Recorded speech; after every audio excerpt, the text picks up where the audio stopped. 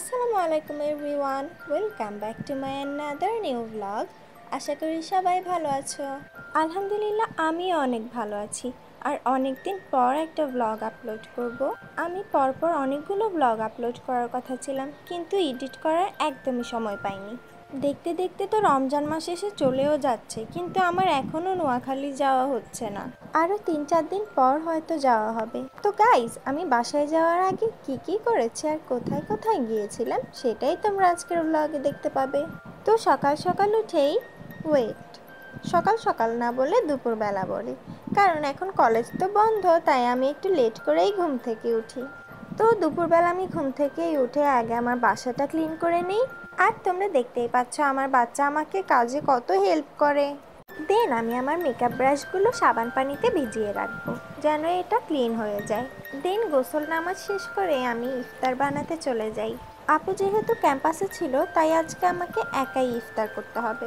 যেহেতু আমি একাই ইফতার করব, তাই খুব একটা ঝামেলা করতে চাচ্ছিলাম না। তারপর আমি বারান্দায় চলে আসি কিছু ফ্লাওয়ার কালেক্ট করতে। নর্মালি আমি ফুল ছিঁড়তে খুব একটা পছন্দ করি না, কিন্তু আজকে ভাবলাম ইফতারের আশেপাশে একটুখানি সাজাবো, যেন আমার মনটাও ভালো থাকে। আমি আমার মনটাকে ভালো রাখার জন্য যা যা করতে হয় সব কিছুই করি, কারণ আমার মন খারাপ থাকলে শুধু আব্বু আম্মুর কাছে যেতে ইচ্ছা করে, আর পড়ায়ও মন বসে না। নর্মালি ভয়েস ওভার দিতে বসলে আমি 1 বোতল পানি নিয়ে বসি, কজ একটু পরপরই আমার গলা ভেঙে যায়।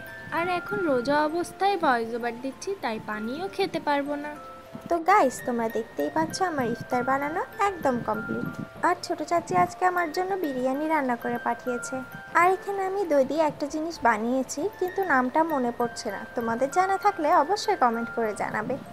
আজানের সাথে সাথে আমি খেজুর খেয়ে নিই, আর খেজুর খাওয়ার পর আমি শরবতের টেস্ট একদমই বুঝতে পাই না।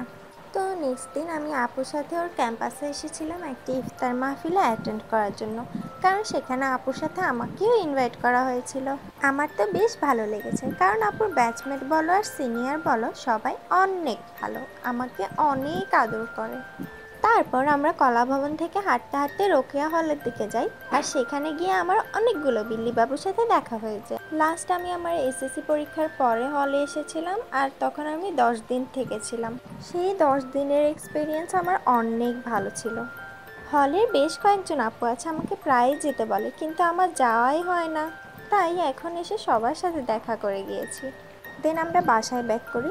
আরেকটা মাছ বাজারে গিয়েছিলাম, সেখান থেকে আমরা বাবুর জন্য অনেক বড় একটা তেলাপিয়া মাছ কিনেছিলাম। আর এখানে আমি আপুকে নিয়ে হাসছিলাম, কারণ বাজারে ও হাই হিল পরে এসেছিল। বাসায় এসে এক গাদা বরফ পানি খেয়ে নিই।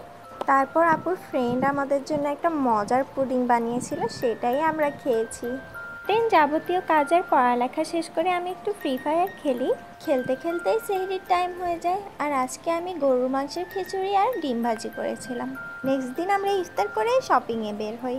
আর সেদিন নয়নাপুর মনটাও অনেক ভালো হয়ে গিয়েছিল, কারণ আমি ওকে ওর পছন্দের ঝিকিমি খিচুড়ি কিনে দিয়েছিলাম। তো এই ছিল আমার আজকের ব্লগ। ভিডিওটা ভালো লাগলে লাইক কমেন্ট করতে ভুলবে না। দেখা হবে নেক্সট ভিডিওতে। Good bye.